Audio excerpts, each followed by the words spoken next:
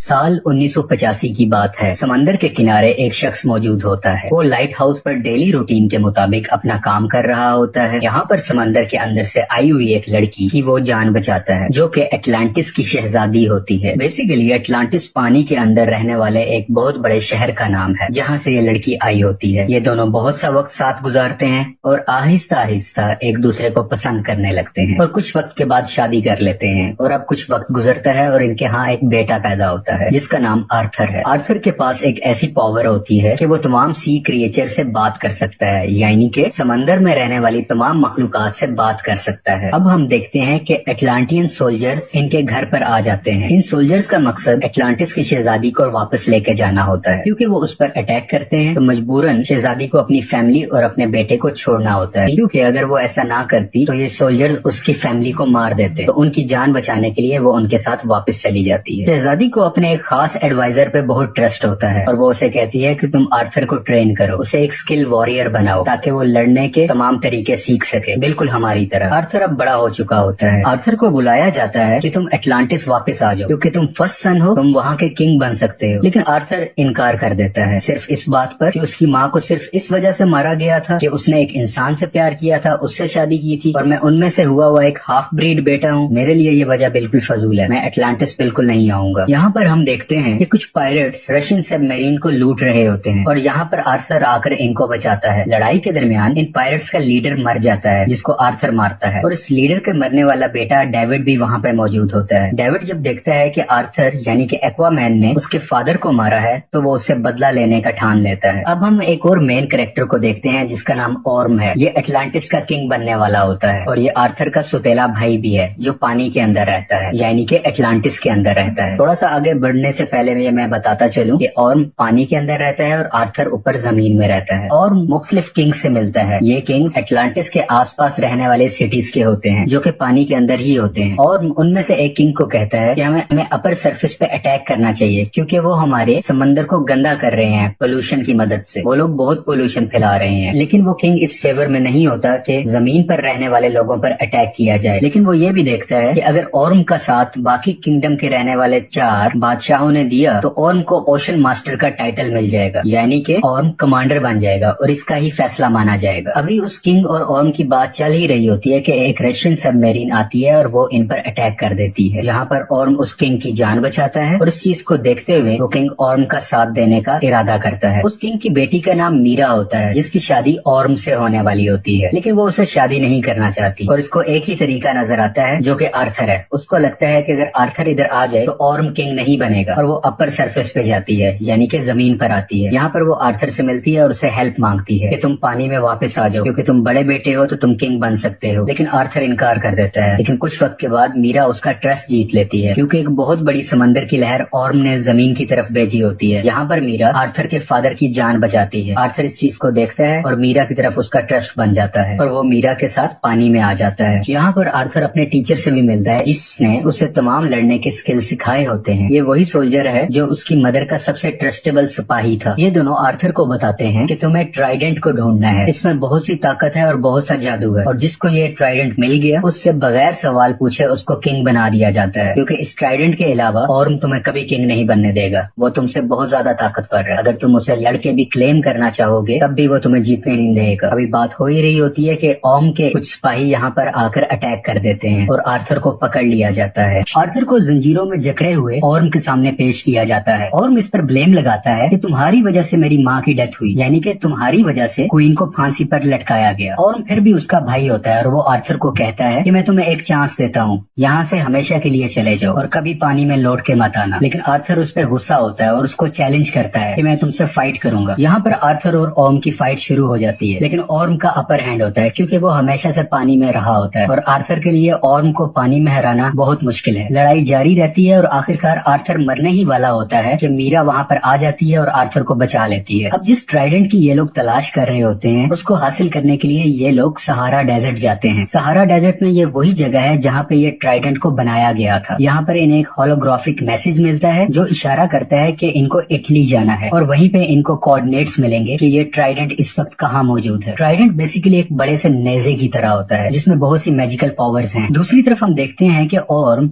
David से मिलता है। डेविड वही शख्स है जो मरने वाले पायरेट का बेटा था और एक्वामैन से बदला लेना चाहता है। यहाँ पर हमें ये भी रिवील होता है कि वो रशियन सबमरीन जिसने पानी के बादशाह पर अटैक किया था वो डेविड और ऑर्म की मिली साजिश से हुआ था। यानी कि ये ऑर्म का ही प्लान था कि डेविड उस बादशाह पर अटैक करे और वो उसकी जान बचा ले, जिसकी सिंपैथी में वो बादशाह ऑर्म का साथ दे। ऑर्म यहाँ डेविड को लेटेस्ट एटलांटियन बैटल सूट भी देता है। ये बहुत मॉडर्न टेक्नोलॉजी होती है जो सिर्फ पानी में रहने वाले लोगों के पास हो। डेविड इस टेक्नोलॉजी को टेस्ट करता है और उसको देखकर बहुत खुश होता है कि अब उसका बदला पूरा होगा आर्थर को मार के। यहाँ पर ऑर्म एक और पानी में रहने वाले किंगडम जिसका नाम किंगडम ऑफ फिशरमैन है उनके किंग को मार देता है और उनको मजबूर करता है कि वो ऑर्म का साथ दें, क्योंकि किंगडम ऑफ फिशरमैन के किंग मर चुके होते हैं। वो क्वीन और प्रिंसेस को फोर्स करता है और उन्हें कहता है कि तुम अगली कतार में यानी कि जंग की अगली लाइन में लड़ोगे और उनको फौज जमा करने के लिए कहता है। यहाँ पर हम डेविड को देखते हैं जो ऑर्म की तरफ से दिए गए मॉडर्न टेक्नोलॉजी को कुछ बदलता है और अपने लिए एक सुपर हीरो सूट बनाता है। ये इसका नाम ब्लैक मैंटा रखता है। डेविड इस सूट को पहनकर बहुत पावरफुल हो जाता है और अब हम देखते हैं कि आर्थर और मीरा इटली के अंदर जा रहे होते हैं उन्हीं कोऑर्डिनेट्स की तलाश में और ये वहाँ पर अटैक कर देता है। डेविड यानी कि ब्लैक मैंटा और आर्थर की बहुत लड़ाई होती है।